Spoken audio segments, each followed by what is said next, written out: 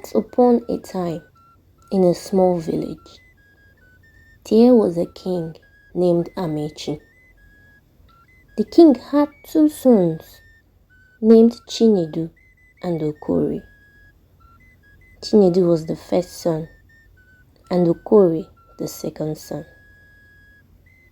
Chinedu was so selfish and arrogant, and he also loves money so much and cares only about himself, while Okori was the opposite of him.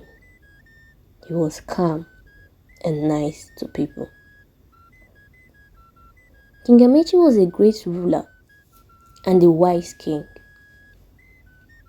but he was not happy because of the famine and hardship his people were going through.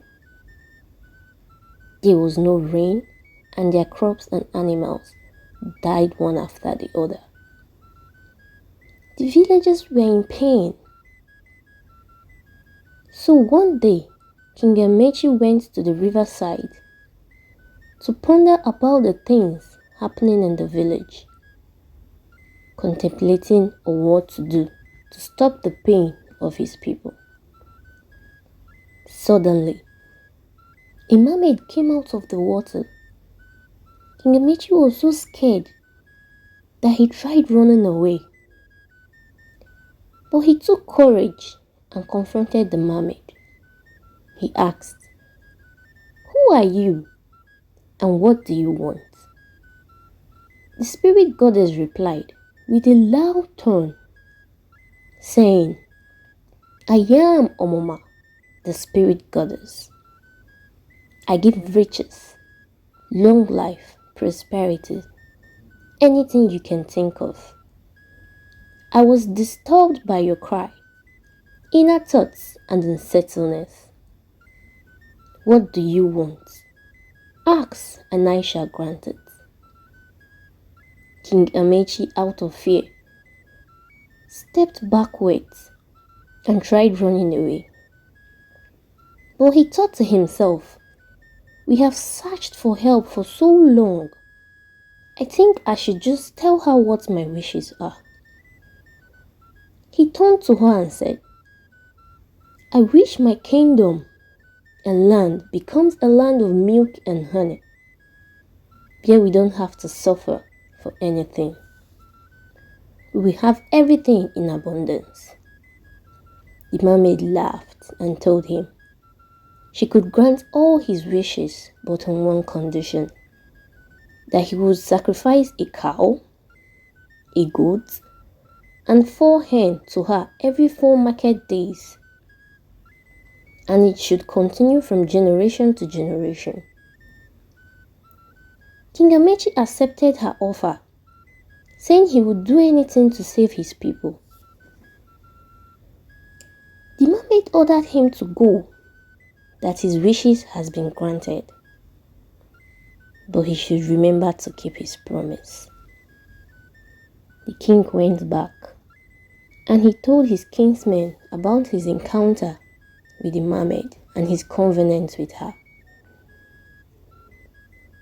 After some days, there was a heavy rain. Things began to turn around for them. The villagers were so happy. They had enough food. This continued for so many years until eventually the king died. But before he died, he called his son Chinedu to tell him about his covenant and the promises he made to the mermaid. That he should ensure he always make a sacrifice of a cow, a goat, and 4 hens to the mermaid every 4 market days. While this was going on, Okori, his second son, was outside the hut, eavesdropping. He heard everything the father told Chinedu. After King Amichi died, Chinedu ascended the throne as the first son of the family, according to tradition. Soon, things began to go bad in the village because of Chinedu's selfishness and his love for money. He stopped the sacrifice his father used to make to the mermaid. He would sell the cows and other things needed for the sacrifice just for his own benefit. He loved money so much. Okori, who has been watching what Chinedu, his brother, has been doing, became fed up and decided to confront him. He asked, "Why haven't you been carrying out the sacrifice you were told to do by father every 4 market days?" Chinedu was so surprised and asked Okori how he found out about the sacrifice. It was then Okori told him he was eavesdropping outside the hut the day their father died. Then Chinedu said, "What could possibly go wrong? After all, we have enough food that will last us for years." Not long after he finished saying all those things, soon things began to go bad in the village. There was no rain, and their crops and animals began to die.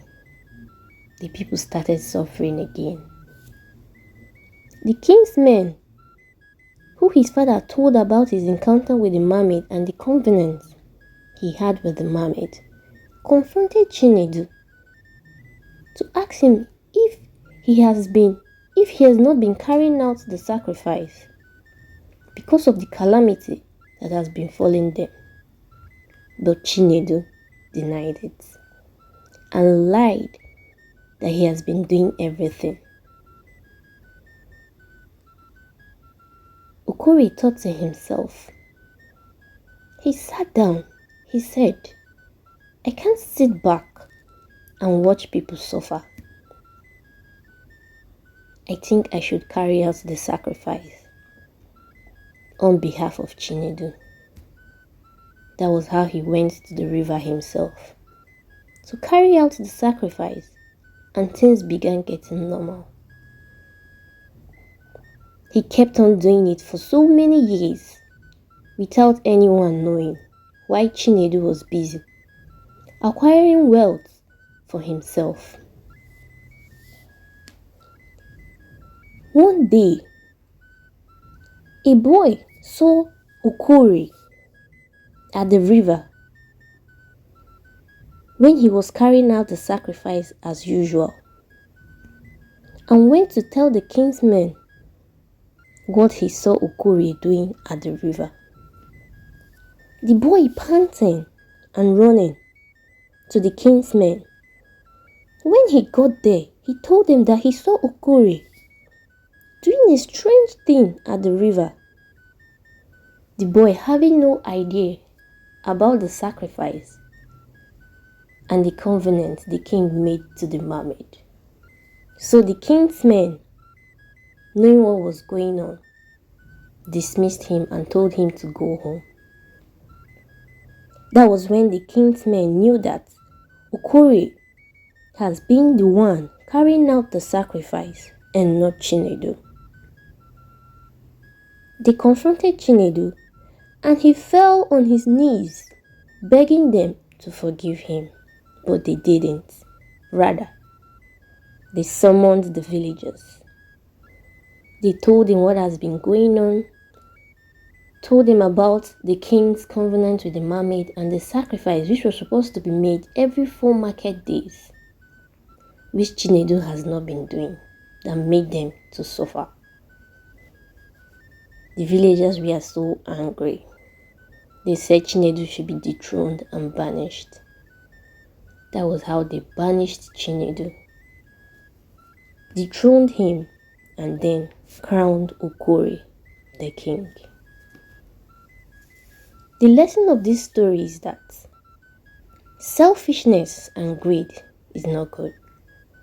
We should care for others and not just ourselves. Thanks for watching. Please support our channel by subscribing and liking our videos. Thanks for stopping by.